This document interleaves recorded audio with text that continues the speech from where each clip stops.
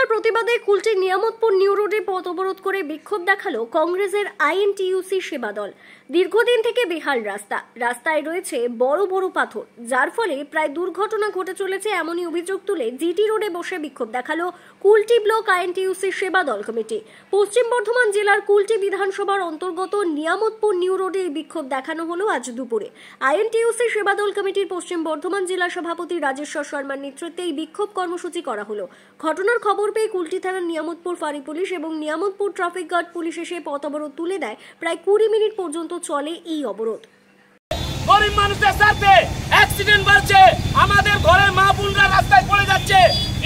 এই ইটগুলো আমাদের মাথায় লাগছে, আমাদের রক্তে লাগছে, আমাদের কংগ্রেসের রক্ত এখানে বইবে, আমরা কিন্তু উঠবো না। আমাদের যে দাবিটা, আমাদের দাবিটা জনগণের দাবি। অ্যাক্সিডেন্ট পুলিশ এসছে, ধন্যবাদ। আমাদের মিডিয়া ভাই বন্ধুরা আছে, আমাদের জনসাধারণ আছে, তাদের সামনে একটাই দাবি, আমরা শান্তিপূর্বক গান্ধীজিকে আমরা মানি, আমরা রাহুল গান্ধীকে মানি। আমাদের একটাই উদ্দেশ্য হচ্ছে, এই যে এলাকায় অ্যাক্সিডেন্ট হচ্ছে, নিউ রোড রাস্তাটা মরম্মতি কবে উত্তর দিন আমরা উঠে যাবো। চেষ্টা না, এই চেষ্টার জন্য এলাকার রাস্তার সাথে কংগ্রেস আই লড়ছে, লড়বে। কুলটি এলাকার রাস্তার দাবিতে কংগ্রেস আই লড়ছে, লড়বে। কুলটি এলাকার গরিব মানুষের সাথে কংগ্রেস আই লড়ছে, লড়বে।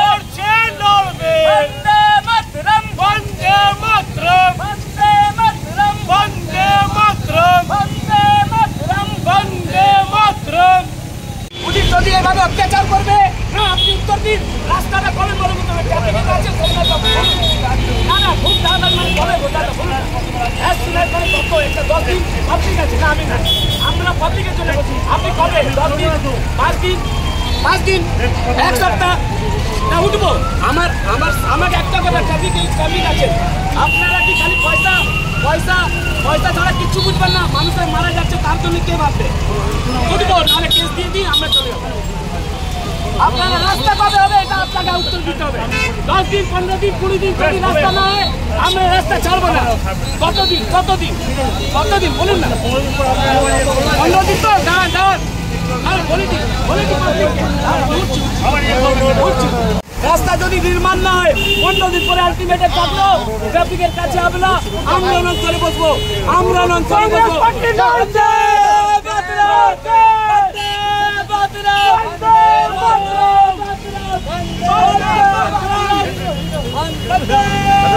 দেখুন, আমরা পথে বসেছি। এই যে পথটা আছে, এই পথটা দেখুন, ইটটা দেখুন, এই যে ইটগুলো, ছোট ইটগুলো, আমাদের এইখানকার ছোট বাচ্চারা যারা গ্রিন পয়েন্ট স্কুলে সকালে পড়তে যায়, যারা বেলডু স্কুল যায়, যারা জলধি যায়, যারা পিপিএস স্কুল যায়, সারা কুলটি জুড়ে যে ছোট বাচ্চার জন্য আজকে কংগ্রেস নেমেছে।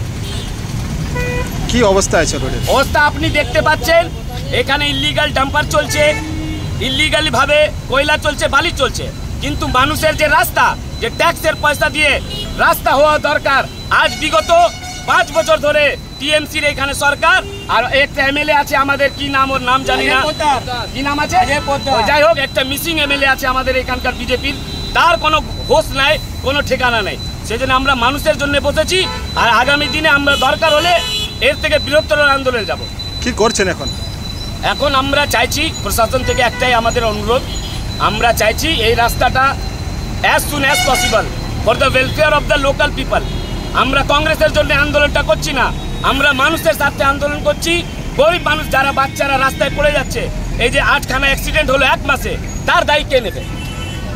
আপনার নাম এবং পরিচয় বলুন। আমার নাম হচ্ছে অ্যাডভোকেট রাজেশ্বর শর্মা। আমি এখন পশ্চিম বর্ধমান জেলার প্রেসিডেন্ট আছি আইএনটিইউসি সেবা দলে।